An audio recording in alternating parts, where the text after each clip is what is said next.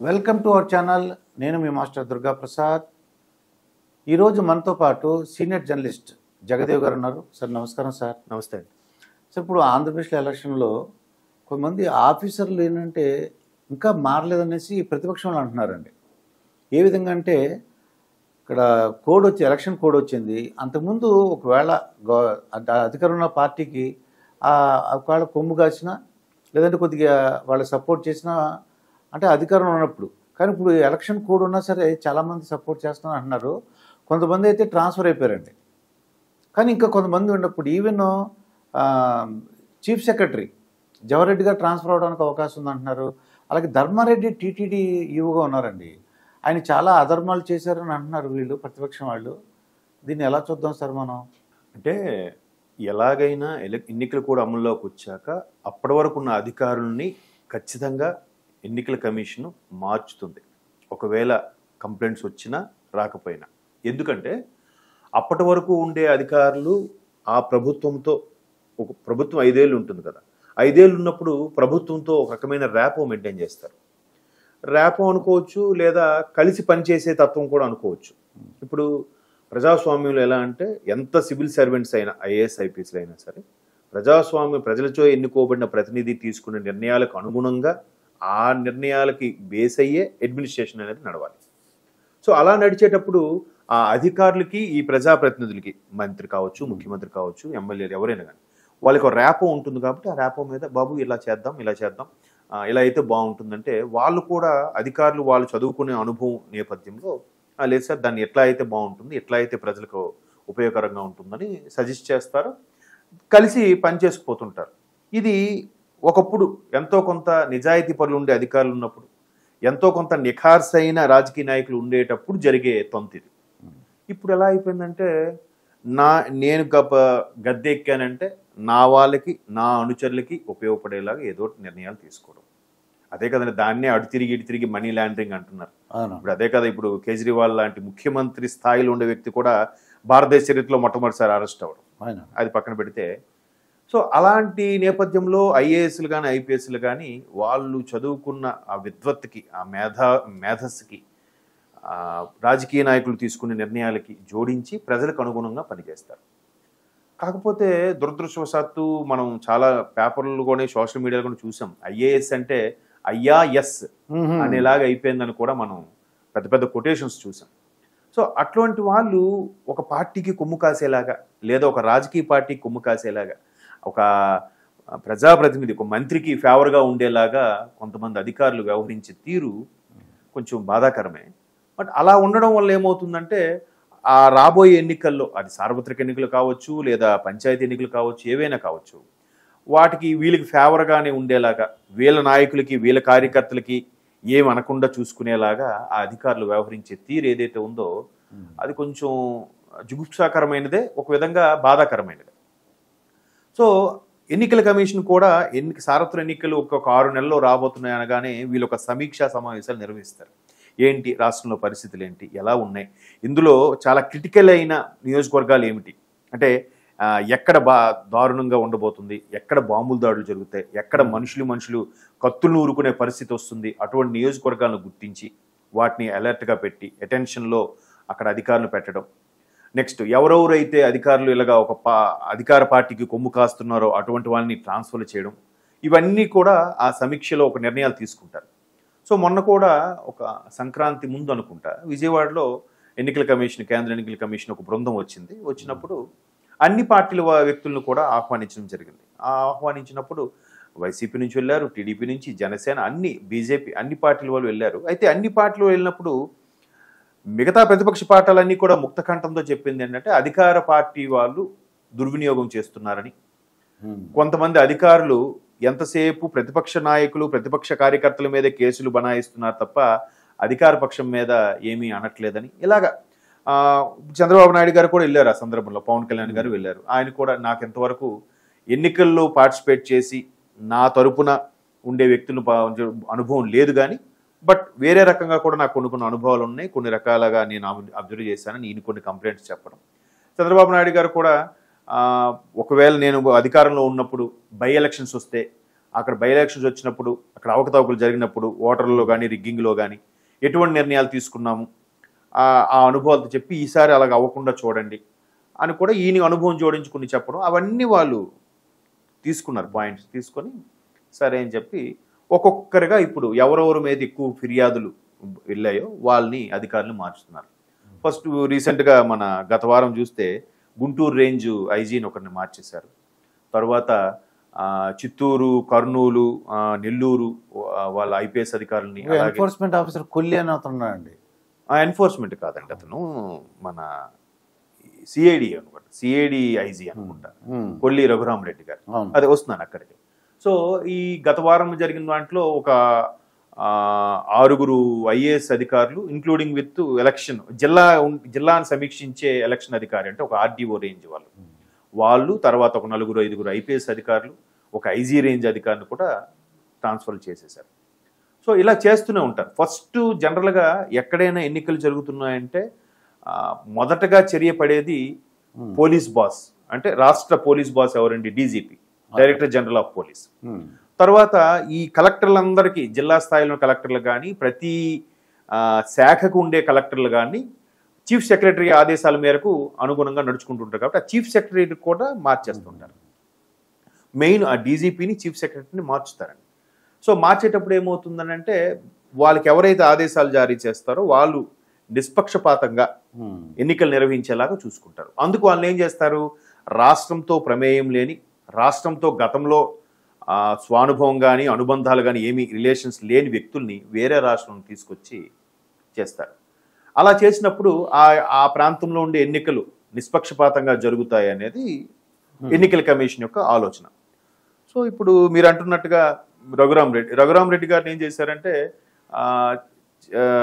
జగన్మోహన్ రెడ్డి గారి టైంలో ఉండే సిఐడికి సంబంధించి అలాగే దానికి చీఫ్గా ఉన్నప్పుడు దాన్ని ఏమంటారు ఇంటెలిజెన్స్ చీఫ్, సిఐడి చీఫ్గా ఉన్నారు. చంద్రబాబు నాయుడు గారి మీద ఏదైతే స్కిల్స్ క్యాంప్ కానీ సంబంధించి ఏవైతే కేసులు బనాయించారో, ఈ కేసులకు సంబంధించి ఏవైతే పత్రాలను సృష్టించారో ఆ పత్రాలు కూడా నకిలీ అని తేలిపోయింది. ఎందుకు మొన్న సోషల్ మీడియాలో కూడా చూసాం మనం, మీడియాలో కానీ సోషల్ మీడియా కానీ ఆ పత్రాలు హెరిటేజ్ సంబంధించినవి, అలాగే ఇన్నర్ రింగ్ రోడ్ సంబంధించిన పత్రాలు కాల్చివేస్తుండడం, అవి చుట్టుపక్కల ఉండే అపార్ట్మెంట్ వాళ్ళు కొంతమంది వీడియోలు తీయడం, అక్కడ వాళ్ళు కాల్చుతున్న వాళ్ళు సంభాషణలు కూడా ఇవి చంద్రబాబుకి అరెస్ట్ చేయడానికి ఉపయోగించిన పత్రాలు అన్నట్టుగా మాట్లాడుకోవడం, ఇవన్నీ కూడా టీడీపీ సోషల్ మీడియాలో పెట్టడం కూడా జరిగింది. అవి అందరూ చూశారు. సో మొత్తం మీద అతను ఫిర్యాదులు అయితే ఉన్నాయి అతని మీద. ఈ అంశం మరీ బయటకు వచ్చేసరికి ఇమీడియట్గా ఆయనకి ఇప్పుడు అస్సాం వేసేశారు ఎన్నికల నిర్వహణకు సంబంధించి. ఇప్పుడు గౌహతిలో ఎక్కడో ఉంటున్నారు ఆయన. అంటే ఇప్పుడు ఇక్కడ ఇంకోటి కూడా గమనించాలి, అట్లా పబ్లిక్గా దొరికిపోయేలాగా పత్రాలని కాల్చారు అని అంటే ఆయనగా కాల్పించి దొరికిపోయేలా చేసి ట్రాన్స్ఫర్ మీద వెళ్ళిపోయాడా లేదా ఎన్నికల కమిషన్ నిర్ణయం తీసుకుందా అనేది తెలియదు. ఎందుకంటే ఇప్పుడు కాదండి, ఆల్మోస్ట్ డిసెంబర్ నుంచి కూడా చాలా మంది అధికారులు పిఎంఓకి లెటర్లు రాసుకొని అయ్యా మమ్మల్ని డెప్యుటేషన్ మీద అక్కడ మార్చేయండి, లేదంటే వేరే స్టేట్లకు వేసేయండి అని కూడా చాలా మంది అధికారులు అర్జీ పెట్టుకున్నారంట. సో ఈయన కూడా ఇక్కడ నుంచి ప్రభుత్వంతో ఉన్న ర్యాపోని ఎలాగైనా ఛేదించుకొని వెళ్ళిపోతే బాబు సేఫ్ జోను, లేదంటే నా పని ఒక రిమార్క్ కదండి. సివిల్ సర్వెంట్స్ వాళ్ళకి రిమార్క్ వచ్చిందంటే వాళ్ళ కెరియర్లో పెద్ద మచ్చది. శ్రీలక్ష్మి గారు ఎంత సఫర్ అయ్యారో మనం చూసాం జగన్మోహన్ రెడ్డి గారి విషయంలో. ఆవిడ ఆఖరికి మానసికంగా కుంగిపోయి దాన్ని ఏమంటారు డిప్రెషన్లోకి వెళ్ళిపోయి కేసులు మళ్ళీ వచ్చినప్పుడు వాయిదాలు వచ్చినప్పుడు చూస్తే ఒక మనిషి తోడు తీసుకుని తెచ్చుకునే పరిస్థితి వచ్చింది. ఆవిడ టాపర్ 23 ఏళ్ళకి 24 ఏళ్ళకి ఐఏఎస్ టాపర్గా ఉన్న శ్రీలక్ష్మి గారు అలా అయిపోయారు ఏంటంటే అంత 23 ఏళ్ళకి ఐఏఎస్ ఆఫీసర్ అంటే ఎంత మేధస్సు ఉంటుందండి, ఎంత యంగ్ బ్లడ్ ఎంత ఇది ఉంటుందండి. ఎందుకంటే ఆవిడ బ్యాచ్ మీట్ అయిన పూనం మాలకొండే ఈరోజు ఆవిడ టీఎస్పీఎస్సీకి చైర్మన్గా ఉండే పరిస్థితి వచ్చింది. ఆవిడ ఎంత పొజిషన్కి వెళ్ళిపోయారు చూడండి, ఈవిడ చూస్తే ఎలా ఉన్నారు. కాబట్టి ఒక సివిల్ సర్వెంట్స్ వాళ్ళకి చిన్న చిన్న మరకలు అలాంటివి ఆ కెరీర్లో పడితే చాలా ఇబ్బందులు. తర్వాత మరి ఎక్స్ప్లెనేషన్, వాళ్ళకి సస్పెండ్ చేయాలంటే దానికి ఒక కమిటీ వేస్తారు, హాజరు అవ్వాలి, ఎందుకు ఇలా, ఇవన్నీ తలనొప్పులండి. వాళ్ళకి ఇంకా జీవితాంతం ఆ ఫీలింగ్ ఉండిపోతుంది. సో అలా కాకుండా నికార్సుగా చేశారనుకోండి, ఇక్కడ కాకపోతే వేరే దగ్గరికైనా వెళ్ళిపోతారు. వీళ్ళు మాట వినలేదనుకోండి, మహా అయితే ట్రాన్స్ఫర్ చేస్తారు, వాళ్ళని ఎవరు చేసే ఇది ఉండదు. సో అలాగా అధికారులు ఎవరైతే ఇట్లా భయపడి ప్రభుత్వానికి కొమ్ము కాసేలాగా ఉన్నారో వాళ్ళు కొంతమంది ముందే లెటర్ పెట్టుకుని వెళ్ళిపోయారు. ఇంకొంతమంది రఘురామరెడ్డి కావాలని దొరికి బయటికి పడేలాగా అనిపించింది నాకైతే. ఎందుకంటే ఎంతో మేధావితనంగా ఇప్పుడు ఆయన మీద కేసు వచ్చినప్పుడు చంద్రబాబు నాయుడు గారి మీద, బాబు దీనికి సంబంధించిన పత్రాలు ఏవి సిఐడి కోర్టులో ఉన్నాయి, రెండో వాయిదాకలు దీనికి సంబంధించిన పత్రాలు ఏవి రాష్ట్రంలో ఉన్నాయి, ఇలా చెప్తున్నారు తప్ప పత్రాలు తెచ్చి ఎందుకు చూపించట్లేదు అంటే సృష్టించబడినవి కాబట్టి చూపించట్లేదేమో అని ఇప్పుడు అనుకుంటున్నాను. సో మళ్ళీ అందరూ చూసేలాగా కాల్చేలా చేశారంటే ఇది కూడా ఏదో స్కెచ్చే, ఇక్కడ నుంచి బయటపడిపోదామని చెప్పి ఆయన ప్లాన్ వేసాడేమో నాకు అనిపించింది. ఓకే. ఇంకా ఇప్పుడు ఆ సిఐడికి సంబంధించి సంజయ్ రెడ్డి గారు, తర్వాత అడ్వకేట్ జనరల్ ఎవరు ఉన్నారు, అసిస్టెంట్ అడ్వకేట్ జనరల్ ఏజీ మన పొన్నవోలు గారు, వీళ్ళందరూ కూడా ఇంకా నెక్స్ట్ ఒక్కొక్కరికి ట్రాన్స్ఫర్లు సంబంధం ఏమో వస్తాయి, మారిపోతారు. కాకపోతే ఫస్ట్ మాత్రం డీజీపీని చీఫ్ సెక్రటరీని మార్చేస్తారు. అంటే ఒకవేళ నిజంగా నిస్వార్థంగా చేసినా కూడా ఎందుకు ఒకవేళ చేశారనుకోండి, అధికార పక్షం కూడా ఒక మాట అంటాడు, ప్రతిపక్షం కూడా ఒక మాట అంటాడు. లేదు ఇది వాళ్ళకి ఫేవర్ కాబట్టి వీళ్ళు మార్చలేదు, లేదు వీళ్ళకి ఫేవర్ కాబట్టి వీళ్ళు ఉంచుకున్నారు, ఇలాంటి మాటలన్నీ వస్తాయి. కాబట్టి అవేమీ చేయకుండా ఖచ్చితంగా ఆ ఎలక్షన్ కోడ్ అమల్లో ఉన్నప్పుడు ఆ రాష్ట్రానికితో సంబంధం లేని అధికారులను తీసుకొచ్చి పెట్టి వాళ్ళకి పై అధికారులు స్ట్రిక్ట్ ఆర్డర్స్ అయితే జారీ చేస్తారు. మీరు ఎవరికి కొమ్ము కాయకుండా, గొడవలు ఏమి పడకుండా నిష్పక్షపాతంగా. కానీ పోలీస్ ఆఫీసర్లు కానీ ఇప్పుడు ధర్మారెడ్డి గారు అంటున్నారండి అది రాజకీయంగా చేస్తున్నారు అంటున్నారు. జవహర్ రెడ్డి గారు కూడా ట్రాన్స్ఫర్ అవడానికి అవకాశం ఉందని అంటున్నారండి. ఉంటది, ఖచ్చితంగా ఉంటది. ఈ ధర్మారెడ్డి గారి విషయం వస్తే టీటీడీ ఆయన వచ్చాకే చాలా ఇబ్బందులు కూడా ఫేస్ చేస్తుంది అన్నట్టుగా సోషల్ మీడియాలో వార్తలు కూడా చూసాము.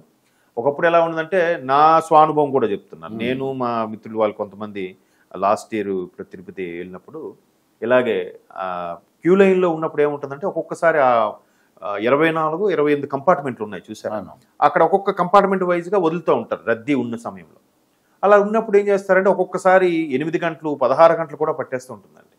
ఒక రోజైనా 24 గంటలు అయిపోయిన సందర్భం కూడా ఉంటాయి రష్ను బట్టి.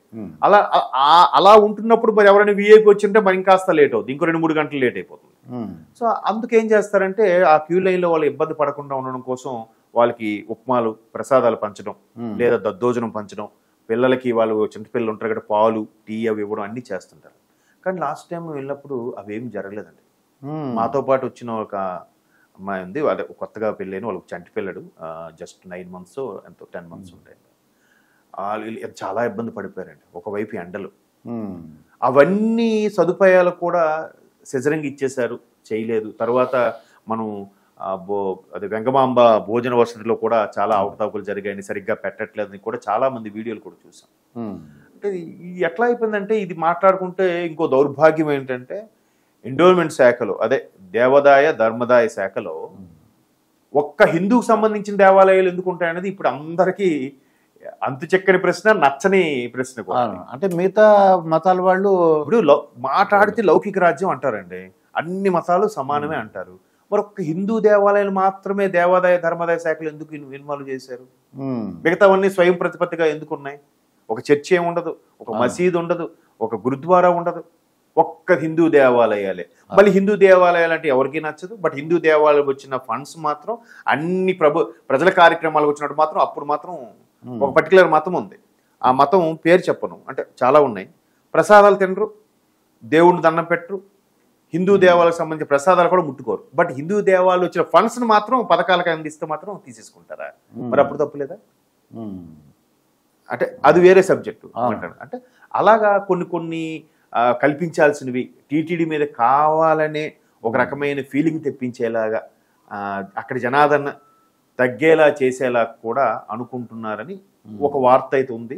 మేబీ ఈ ఏవైతే వసతులు సరిగ్గా కల్పించబడట్లేదో దాని మీద రకరకాల వాదనలు వినిపిస్తున్నాయి. ఈవెన్ వాటర్ బాటిల్ కూడా కేవలం డిస్పోజల్ తీసేశారు, బాగుంది. ఎక్కడికక్కడ బాటిల్ వాళ్ళు కల్పించేదో చేయొచ్చు కదా. గాజు బాటిల్ పట్టుకుంటే గాజు 60 రూపాయలండి బాటిల్, తిరిగి వాళ్ళకి ఇచ్చేస్తే 30 రూపాయల బాటిల్, లేదా మనం తీసుకుంటే 60 రూపాయలండి బాటిల్.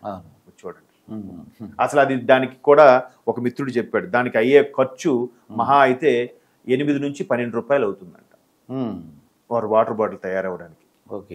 ఎంత లాభం చూడండి, 30 ఎక్కడ 60 ఎక్కడ. అంటే ఈవెన్ బాటిల్ వాళ్ళకి ఇచ్చేసినా 30 రూపాయలకు అమ్మచ్చు. అది ఇప్పుడు బాటిల్ తిరిగి ఇచ్చేస్తారంటే 15 రూపాయలకు అమ్మచ్చు. కానీ బాటిల్ తిరిగిస్తే 30 రూపాయలు, బాటిల్తో గాజు బాటిల్లో తీసుకుంటే 60 రూపాయలు కూడా అమ్ముతున్నారు. ఇదంతా ఎవరికి వెళ్తుంది, ఎక్కడికి వెళ్తుంది? అలాగే దాన్ని ఏమంటారు, ఏదో లఘు దర్శనం ఏదో అంటారండి దాన్ని, సడన్ ఆ దర్శనం సంబంధించి కూడా చాలా వరకు అవకతవకలు జరుగుతున్నాయి, అమౌంట్ తీసుకొని పంపిస్తున్నారు అన్నట్టు కూడా వార్తలు ఉన్నాయి. తర్వాత శ్రీవాణి ట్రస్ట్ అని ఒకటి ఉంటుంది టీటీడీ. అదేంటంటే ఎక్కడైతే దళిత వర్గాలు ఉండే ప్రాంతాల్లో స్వామి యొక్క దేవాలయం కట్టించడం, అక్కడ వాళ్ళకి బాగా అవేర్నెస్ క్రియేట్ చేసి అక్కడ స్వామివారి కళ్యాణం చేయడం, వాళ్ళందరినీ ఆదరించాలి అనే దీని మీద పెట్టిన కాన్సెప్ట్. అయితే ఇప్పుడు నాకు అర్థమైందండి, ఇది ఏంటంటే మొత్తానికి ఆఫీసర్లు అందరూ కూడా కొద్దిగా ఇబ్బందిగా ఉన్నారు, ఇప్పుడు ట్రాన్స్ఫర్ అవుతారు. ఎస్, ఖచ్చితంగా. అది ఈ విషయం ఏంటంటే ఎలక్షన్ కమిషన్ దృష్టిలోకి వెళ్ళినందుకు కూడా ట్రాన్స్ఫర్ అవుతారు. అవ్వకపోయినా కమిషన్ అక్కడున్న ఆఫీసర్లందరూ కూడా ఒక అంటే ధర్మంగా న్యాయబద్ధంగా రూల్ ప్రకారం నడుచుకుంటే బాగుంటుంది అనిపిస్తున్నారు. అది ఎవరికారు ధర్మంగా ఉన్నాను అనుకుంటాడు సార్, తెలుసా అండి. నేను పర్ఫెక్ట్గా ఉన్నాను, నా పక్కన సరిగ్గా లేడు అనుకుంటాడు. అది కొంచెం డీప్గా నువ్వే సరిగ్గా లేవంటే అప్పుడు ఎలా మాట్లాడతాడు? నేను ఒక్కడనేనా, చాలా మంది ఉన్నారు కదా, నేను ఒక్కడ మారిపోతే మారిపోద్దా సొసైటీ అంటారు. మానవులు చాలా తెలివి మీరుగారు సార్. అలా అనుకున్న సందర్భంలో ఎవడు మారడు. ఇది అధర్మము అనే పాపభీతి ఎవరికి లేదండి. అదే ఇదండి జగదేవ్ గారితో జరిగిన ఇంటర్వ్యూ. మరొక ఇంటర్వ్యూతో మీ ముందుంటాను. మీ మాస్టర్ దుర్గాప్రసాద్.